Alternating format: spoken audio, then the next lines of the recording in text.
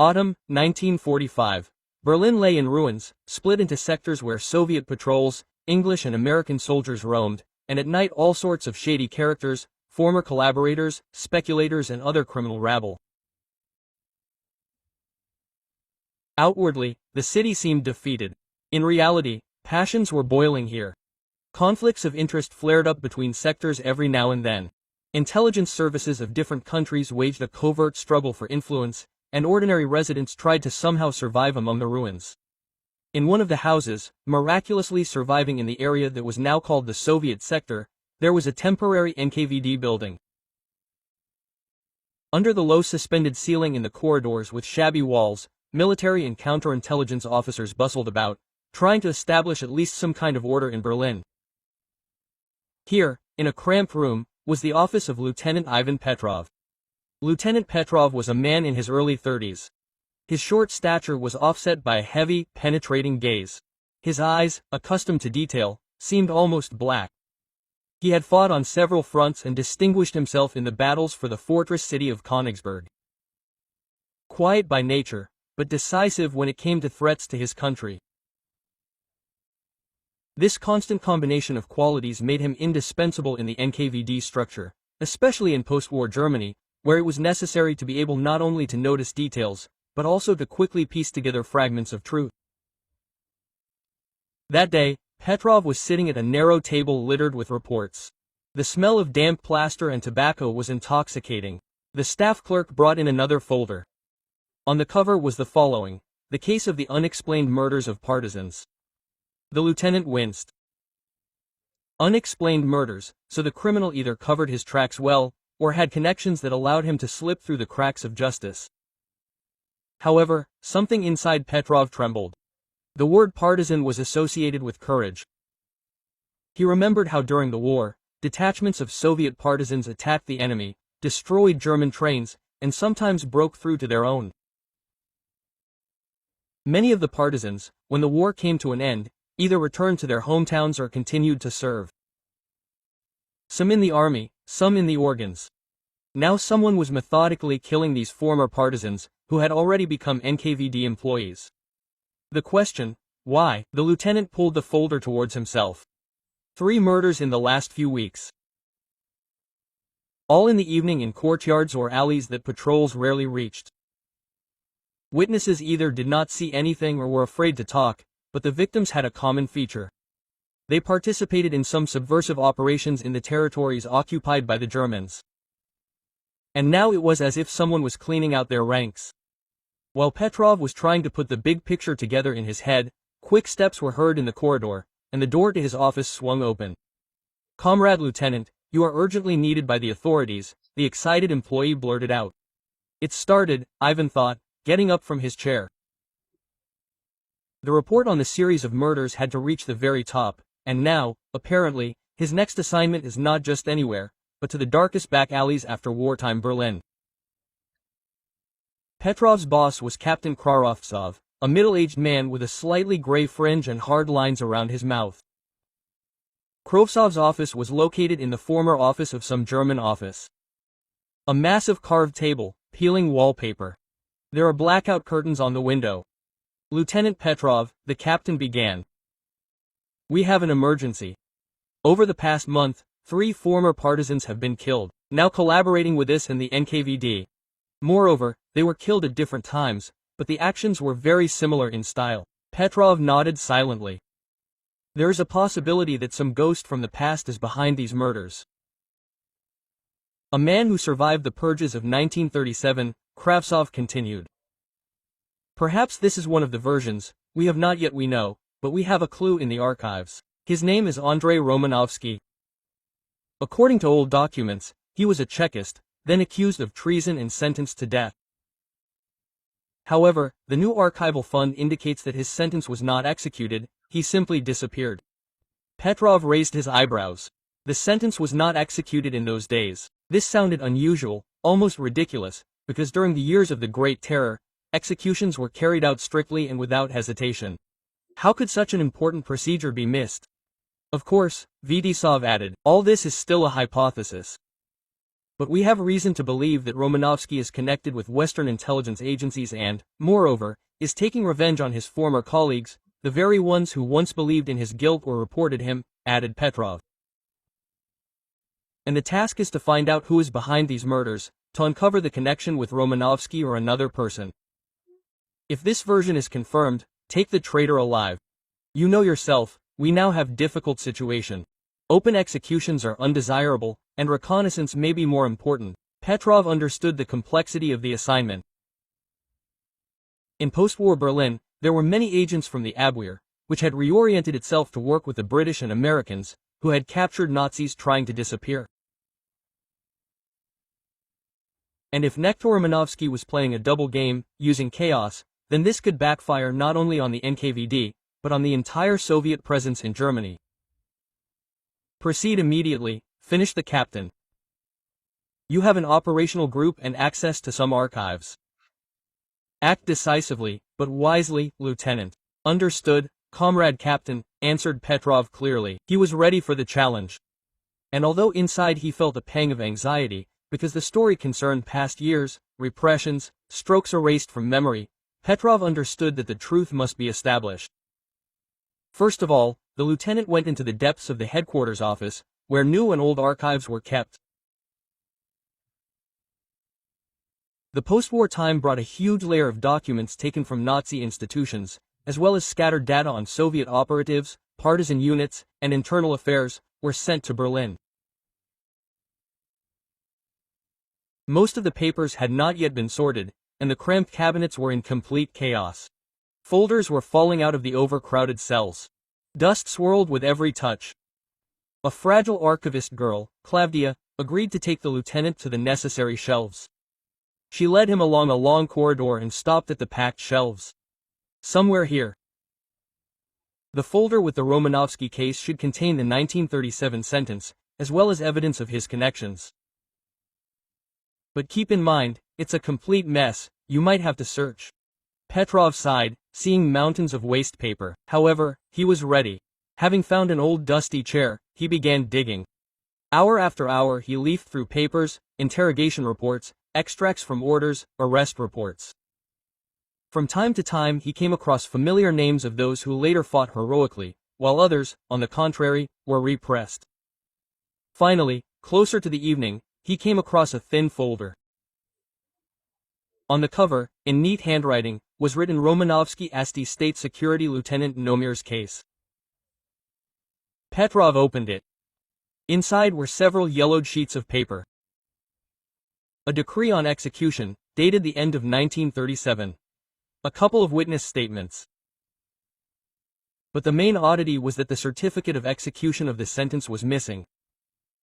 Instead, there were some notes, as if the case had been transferred to the special department. And then there was emptiness.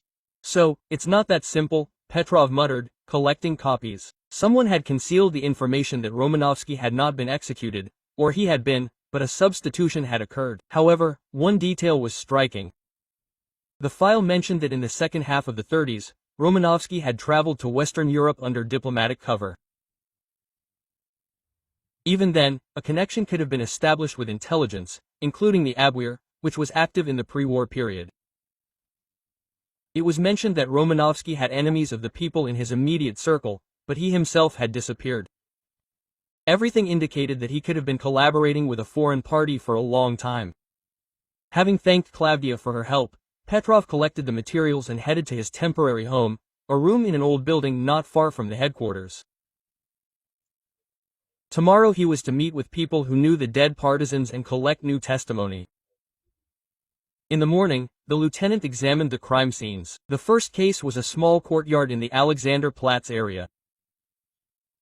In this dilapidated area, where the buildings still bore traces of bombing, he met a KVD patrol guarding a crater from an aerial bomb filled with muddy water. The sergeant explained that the guy who was found dead was known in local circles as Katyusha, a pseudonym from the partisan times. Now his real name, Ilya Katyushkin, was on the lists of NKVD employees, but some unknown killer shot him right in the yard, silently, with a pistol with a silencer. The second victim was Vasiliev, a partisan who became an operative. He was found 2 blocks from here. The third, Gorodkov, also a former partisan, who worked for intelligence at the end of the war. They were all eliminated according to the same scheme. A shot in the back of the head, no extra traces, an experienced cold handwriting. And always in the evenings, when everyone was hiding in the ruins, Petrov examined the walls, where dark spots of blood were still visible. He sniffed. The air was a mixed smell of burning and autumn dampness. The locals he questioned answered sparingly, fearing new reprisals. But 2, an old woman from the upper floor and a teenager picking at something in the trash, admitted that in the middle of the night they saw a man in a raincoat disappearing around the corner. They did not make out his face, but, according to the old woman, he walked very confidently, as if he knew every corner here. Perhaps it was not a German, but our Soviet. He entered like a military man. Of course, these descriptions are not enough to accuse Romanovsky, but everything fits into the version that someone with a leading position in operational matters was killing. And if you recall the archives, Romanovsky could have had personal scores to settle with these people, because, it seems, all 3 of them participated in the campaign of the 30s to one degree or another, indirectly or directly accusing him of treason. Quote, "The close world of former Chekists and partisans. Revenge," said Petrov, looking around the yard. Personal revenge, seasoned with political motives, and at the same time an attempt to eliminate unnecessary witnesses to past sins. Berlin after the war was turning into a city of contrasts. On the one hand, there was devastation, hunger, cold; on the other, new hotbeds of underground life were growing. German hits were playing in abandoned bars.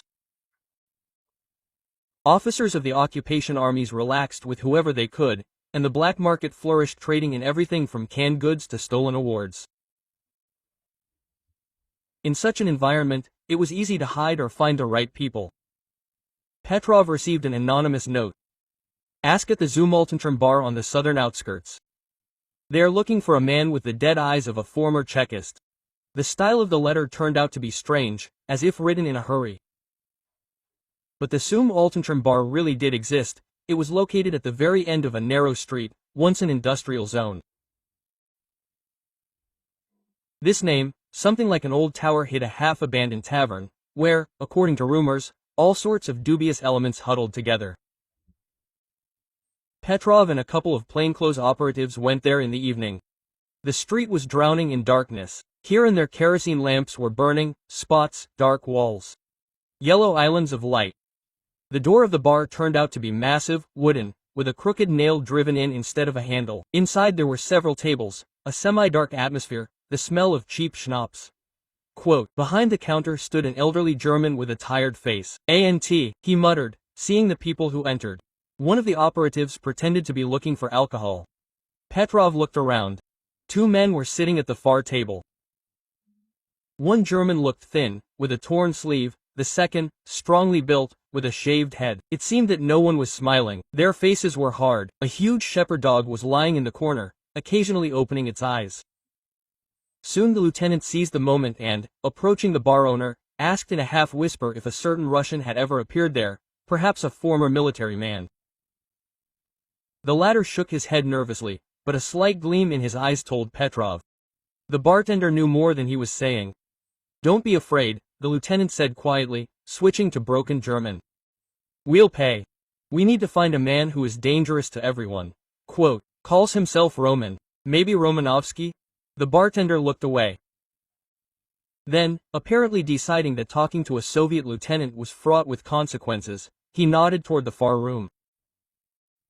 He tried to go in there, but didn't want to talk. He said he wouldn't stay here long. Petrov opened his inside pocket and took out some cigarettes. The bartender took them, as if he were paying for the information. He left a few days ago. Apparently, he was looking for a way to cross the border to the Americans. So, that means the information was confirmed. Romanovsky, or someone very similar to him, was hiding in shady places, making contacts and, perhaps, already preparing to leave for the American sector. That same evening, Petrov arranged a secret meeting with a former partisan nicknamed Sokol, who was still alive. He had miraculously survived one of the sabotage raids on German warehouses and was now engaged in the search for former Nazis. Sokol had heard about the serial murders of ex-partisans and was very worried about his own life. They met in the courtyard of a ruined mansion, where the collapsed roof exposed a piece of sky. Sokol was tall, bony, with sunken cheeks and a nervous look. "Hello, Petrov," he croaked. "You are from the NKVD, right?" "Yes," the lieutenant nodded. "I need to find out which of the former partisans who worked with us could be involved in something unclean." "Have you heard of Romanovsky?" Sokol winced. The name was familiar. "I heard a long time ago that there was a certain Andrei Romanovsky, a talented, tough Chekist. They said, he fought in Spain as a volunteer, and then suddenly came under investigation. In 37th, the death penalty was imposed, but perhaps he survived. I believe it. I personally know several people who miraculously escaped during the purges and went underground. If he is alive, then he is a dangerous man. Previously, it was believed that he had outstanding interrogation, recruitment and liquidation skills. They said that even then he had connections in the Abwehr, perhaps he played several sides." Petrov frowned. "These murders seem to be his hand. He is taking revenge on those who were involved in his arrest in the past." Sokol shrugged. "Logical. Many of us wrote reports back then, testimony. Someone could have participated indirectly or directly in the Romanovsky case, and when he disappeared, everyone decided that he was killed, and now he is crossing out those who knew the truth." Quote, "Can you name who else is in the risk group?" asked the lieutenant. Sokol listed several names of former partisans who, along with the dead, reported to the NKVD and participated in internal investigations of the 30s. Two of them were still working near Berlin, searching for former Nazis. Another one had apparently recently left for the Soviet rear, possibly to a hospital. "Thank you, Sokol. Be careful. If anything happens, tell me directly." They exchanged a short handshake. Petrov felt that the deadly circle was tightening. If Romanovsky was really terrorizing, then there could be another murder that night. Several days passed. New evidence led to the fact that in the Zum Altentrum bar, the locals accidentally found out. A man resembling Romanovsky had indeed crossed the border of the Soviet sector and headed to the area controlled by American troops. He did this under a false name and with the help of false documents. The barman himself was afraid to confirm this officially, but through his acquaintances Petrov received confirmation. Now the question, how to catch Romanovsky if he was already in the American zone? There were their own rules and patrols. Any intervention by the Soviet authorities could cause a scandal, which threatened to complicate relations with the Allies. But there was no time to stop. A traitor, and a former Chekist at that, hanging around at large, was a serious threat. Petrov took the initiative and decided to act unofficially. He found a small group of German partisans who had helped the Red Army during the war. They were ideologically against the Nazis, and now against the occupation policy of the Western powers, seeing it as a continuation of capital and a threat to socialism. These people could bring a Soviet officer into the American sector without unnecessary fuss, naturally, for a fee, but for ideological reasons the operation was also risky.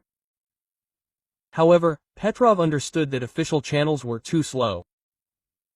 Romanovsky could soon disappear, leaving Germany altogether, which meant that he had to act quickly. In the evening, dressed in civilian clothes, Petrov and his two comrades, as well as two German guides, carefully made their way across the demarcation line.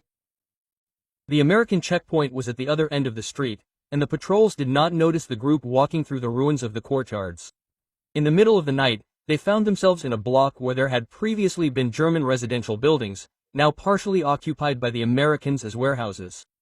In one such house, according to operational information, the basement was given over to an unofficial bar where all sorts of shady characters met.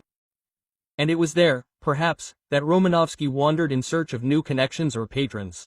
The group dispersed. Petrov and his partner, the young Lieutenant Skobelev, approached the house. The lieutenant's gaze slid across the dark windows. No sign, but orange light streamed from under the half-opened door. Voices muttered. Skobelev asked in a whisper, "How can we recognize Romanovsky if he is under false papers? He has a scar on his left cheekbone, and we also know his pelvis," Petrov answered. "And they say he has a lock of hair at his temple, although he is just over 40, and also a special way of speaking quietly but clearly. We'll see." They went inside. A cramped room with a low ceiling, several tables, at one of which sat two men and a woman. The customers were smoking and getting drunk on cloudy moonshine. In the far corner, practically in the semi-darkness, two figures were barely visible. One in a hat, the other in a military jacket without insignia. Petrov pretended that he had also come to drink. He approached the owner and asked in broken German if there was anything strong here. He poured moonshine into a dirty glass. While the lieutenant was pretending to be a customer, he tried to discreetly glance at the end table, where the man in the hat was sitting. However, a second later Petrov caught his gaze. Their eyes met. The man tensed, as if he sensed something. Petrov saw that under the brim of the hat there was a face with sharp features, and on the cheek a scar was barely noticeable. Quote, "It's him," struck the lieutenant. His heart instantly quickened. At the same moment Romanovsky, if it really was he, rose abruptly, pushed off the bottle stand and rushed to the side door. Skobelev rushed to intercept, but the visitors, perhaps in collusion or simply frightened, blocked his way. Quote, "The fuss began." "Stop," shouted Petrov, but the traitor had already thrown open the door and disappeared. The lieutenant rushed after him through this door, finding himself in a narrow corridor littered with boxes. Footsteps were heard in the street. Petrov jumped out through the emergency exit and saw a depriving silhouette disappearing into the darkness, and then the noise of an engine was heard. Apparently, the man was standing on the Gutov. "Gone," Skobelev wheezed, arriving in time. "Damn, nothing," Petrov replied, trying to calm the anger boiling inside. "Now at least we know for sure that he is here. In the American sector. He is going to them for support." The next morning, 3 Germans came to Petrov, whom he asked to find out about Romanovsky's stay in the American zone. Their leader, who called himself Werner, laid out the details. It turned out that the former Chekist had friends among the German collaborators, those who had collaborated with the Nazis during the war, but were now trying to find a niche with the Americans. Romanovsky pays them huge sums, Werner reported. And, they say, he helps the Americans find out something about the plans of the USSR. Perhaps he resells the information he accumulated during the pre-war and war years. Petrov listened, increasingly realizing the scale of the betrayal. Romanovsky was not just a renegade taking revenge on a former colleague. He plays for several intelligence services, and the Abwehr, albeit the former one, and the new Western structures. Which means he has a powerful cover. An official request for his extradition is unlikely to work. Where might he show up in the near future? Petrov asked a direct question. Werner shrugged.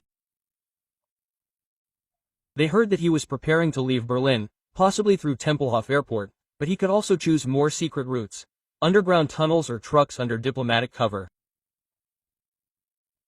We don't know for sure, the lieutenant frowned. Another couple of days, and the traitor would slip away completely. All that was left was to set a trap. But what if the Americans don't help? And if we act openly, a conflict could break out? We can block the approaches, Werner suggested. We have people who are unhappy with the American occupation, but in exchange, you will help us legalize ourselves in the Soviet sector. Petrov thought for a moment. Cooperation with such people is a risky step. On the other hand, now all means were good to prevent a traitor and a spy working against the USSR from escaping. Okay, he decided, let's come to an agreement. The following evening, an ambush was being prepared in one of the semi-abandoned buildings located near the border between the American and Soviet sectors. According to operational data, Romanovsky had agreed with one of his allies about a final meeting, obtaining documents and a possible transfer. Werner and his men took up positions inside an abandoned warehouse. Petrov and several Soviet operatives hid outside near an alley. The cold autumn wind penetrated to the bone, bringing back memories of frontline nights. The air was filled with the alarming smell of burnt smoke. In the distance, military trucks could be seen moving in the American sector. Occasionally, headlights flashed. Hour after hour dragged on. Finally, a car drove up to the warehouse. A man in a long coat got out of the cab. He looked inside. Petrov peered through his binoculars and picked out the facial features. That same scar, the gray lock of hair at his temple. It really was Romanovsky. Someone else followed him, following the sound of his footsteps. Judging by his figure, a German collaborator or an American agent. Petrov clenched his fists. The main thing now was not to miss the prey, but first they needed to enter the control zone, where the Germans under Werner's command could block the exit, and the Soviet operatives could break in and seize the traitor.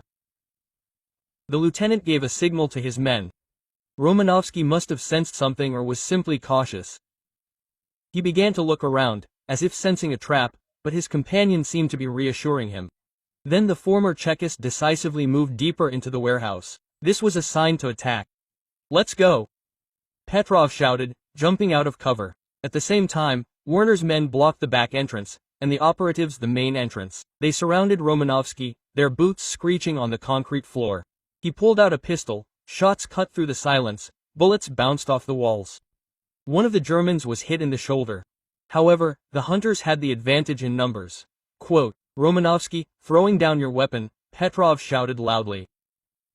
The traitor tore his hat off, looked at him with wolfish eyes, understood that the situation was hopeless, but in a last desperate effort he continued to shoot back before another man. Suddenly, one of the Germans stunned him with the butt of his carbine from behind. Romanovsky staggered, dropped his pistol and fell to his knees. Quote, "You're all bastards," he hissed, looking around at those present with a dark gaze, and lost consciousness. Now that Romanovsky was in Soviet hands, another question arose: where to take him so that a loud scandal would not break out? Officially, the Americans could demand that the detainee be handed over. After all, it was their sector. But Petrov, having enlisted the support of a small special group, decided to transfer the traitor secretly to the Soviet sector, directly to the NKVD headquarters building. Late at night, the car with Romanovsky, who was unconscious, and two wounded Germans was driven through the gaps in the checkpoints. For a bribe or a couple of boxes of captured cigarettes, many problems were solved in this way in the post-war chaos. Finally, they reached the basement of one of the headquarters buildings. Lieutenant Petrov was personally present during the interrogation. A room with a low ceiling, a lamp hanging right under the ceiling, dim, oppressive lighting. The traitor was sitting in a chair with his hands tied, his eyes, when he came to his senses, throwing furious outbursts. "Romanovsky," Petrov said quietly, "answer the questions. You are accused of treason, murder of former partisans and work for foreign intelligence." "Small cur," Romanovsky said through gritted teeth with contempt, looking at the lieutenant. "You have no idea what is going on behind the scenes. I served the country when you were still in school." "In 37th year you were sentenced to death," Petrov reminded. "But the sentence was not carried out." "Why?" Romanovsky slightly narrowed his eyes, not wanting to speak, and remained silent. However, several sharp questions from Petrov and a couple of convincing techniques forced him to squeeze out through clenched teeth. "I was bought out. The British, the Americans, one of them. It was necessary to eliminate me from the sight of the Soviet leadership, and then use me. There were also Germans from the Abwehr, who were interested in my skills. I began to work for several parties. Sometimes I passed on information about Nazis, sometimes about the Soviets, sometimes I played on my own. Many people needed me. And then you returned to Berlin to take revenge on your former comrades." "Who are they, these brothers?" Romanovsky hissed. "And they wanted my head," signed denunciations. "And when our power was established in Berlin, these people suddenly became heroes. I turned out to be a ghost, thrown into a pit, unrehabilitated, of no use to anyone. But I did not forget, and all the time they sold information. The world is collapsing, Lieutenant, the one for whom information rules the score. And you, fools, think that the war is over? No, it has only moved on to another stage." Petrov frowned. He himself understood that the confrontation would continue in other forms. But Romanovsky, a traitor, putting personal gain and thirst for a place over the interests of the motherland, did not deserve justification, especially since innocent people died behind his back. Quote, "You killed 3 of our employees," Petrov repeated. "Admit it?" Romanovsky only smiled wryly. "Not just them. And there would have been a place for you there, if it weren't for your digging." "Enough," Petrov said firmly, nodding to his partner. "Take him away." At dawn, a small group gathered in the basement of the NKVD headquarters. Petrov himself, Captain Krovtsov, and several officers. In essence, they had to decide the fate of the captured traitor without even a second glance. An official tribunal in Berlin might have taken place, but then the case would have come to light, and the Americans would certainly have demanded his extradition for their own purposes. Captain Krovtsov looked sternly at Romanovsky. Quote, "You admitted your work for foreign intelligence, the murder of Soviet employees, and the concealment of classified information. According to military law, treason is punishable by death. Any doubts? Romanovsky, sitting on a stool in the corner, only grinned, as if it didn't matter. He had either lost his fear or had already resigned himself to the inevitable. Carry out the sentence, the captain ordered briefly. Petrov felt his insides tighten. The war was over, but the violence had not disappeared. Here were the fruits of betrayal. Another terrible shot in the basement. Another black mark on history. However, he understood that there could be no mercy. A man whose actions cost the lives of 3 former partisans, and who knows how many more during the war, did not deserve any other outcome by law. A few minutes later, a single shot rang out. The narrow corridor smelled of gunpowder. Romanovsky went limp. The traitor disappeared into the darkness, and his name did not appear in any public records. The paper only read, "The case of the traitor is closed. The defendant has left." Petrov stood by the wall, clenching his fists. He knew that they had done the right thing, but the bitterness remained. After all, this whole story is part of a dark legacy, when internal strife and repression give birth to such phantoms of the past, ready to grab yesterday's comrades by the throat. A few days later, Lieutenant Petrov reported to Captain Krarovtsov on the results of the operation. The office was constantly dim, and there was a smell of cheap tobacco. Everything went quietly, Krovtsov summed up. The Americans and the British did not notice the disappearance of their protégé. Maybe they did notice, but they will not be able to prove anything. And our killed partisans? Asked Petrov. Their deaths must not go unnoticed. We are preparing an official conclusion that the killer has been found and eliminated. We are not making direct accusations against Western intelligence agencies, so as not to stir up diplomatic channels. Petrov was silent. He understood perfectly well that this was exactly how it would be. The international situation required accuracy. The names of the dead partisans would be mentioned in a brief report, they would be awarded posthumously, and the case would probably be classified. You did an excellent job, Lieutenant, the captain summed up. You can rest, catch your breath, and then you will receive a new assignment.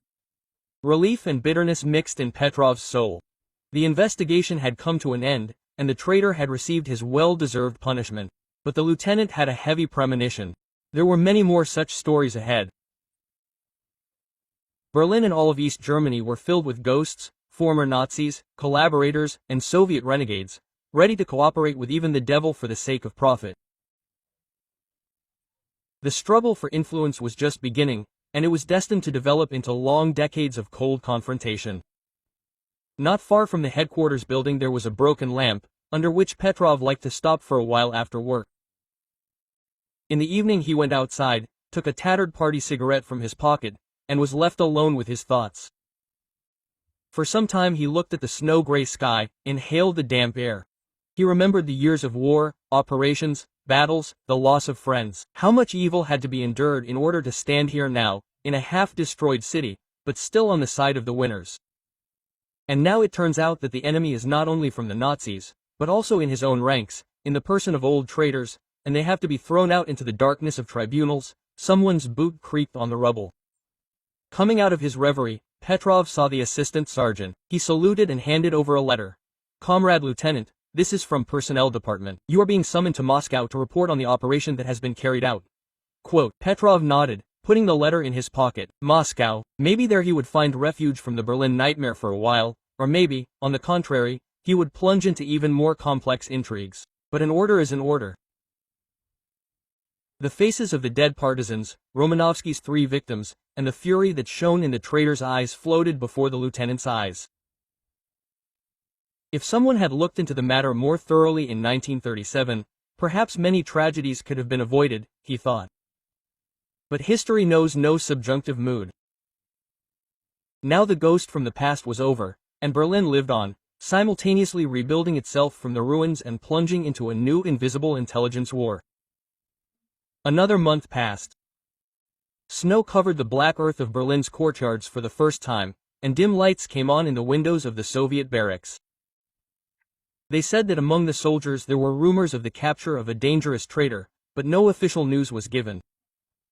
As usual, everyone understood that much remained behind the curtain of secrecy. One evening, at the railway station in the Soviet sector of Berlin, Lieutenant Petrov was boarding a train heading east. He was carrying a suitcase with folders on the Romanovsky case. This was part of the archive that was supposed to be reviewed and all unnecessary crossed out, especially everything that could discredit the Soviet organs in the eyes of the Allies. Walking along the platform, the lieutenant noticed a soldier standing not far from the train, who had been assigned to escort some particularly important cargo. There was something familiar in his tired look. Petrov nodded to him, as if acknowledging the same fatigue common to all who fought. Suddenly the lieutenant remembered how once, before the war, in his hometown, factory horns blared, and people went to demonstrations with bright faces. And he himself, young, could not imagine how much pain the future can bring. Now he saw that the war was not over for everyone. Sometimes the past comes back to life and demands new blood. Lost in thought, Petrov sat down by the window in the compartment. The train moved off, its wheels creaking. Half-destroyed streets, soldier checkpoints, and imperturbable German passers-by crawled past the glass. The lieutenant sighed and opened his briefcase, checking the papers that contained dates, names, and sentences. At some point, he closed his eyes, hoping to distract himself from his thoughts a little. The ghost from the past will not return. It has been erased from history by a gloomy basement. But who knows how many more such ghosts roam Europe, eager to settle scores, sell secrets, or take revenge. Petrov understood that this was not the last thing he would do, and he might have to challenge the shadows of bygone years again in order to protect the future for which he had paid an immeasurable price. Outside the window, nighttime Berlin was slowly slipping away, its lights shining smooth yellow dots in the dark sky. The city, full of tragedies, now kept within its walls another terrible story about how revenge and betrayal intertwined into an ominous thread. And at the same time, this city, like the whole country, clung to every ray of hope, expecting restoration and peace. But Petrov knew that peace can be deceptive, and at the same time understood that it was his duty to stand guard until at least one such ghost was exposed and destroyed.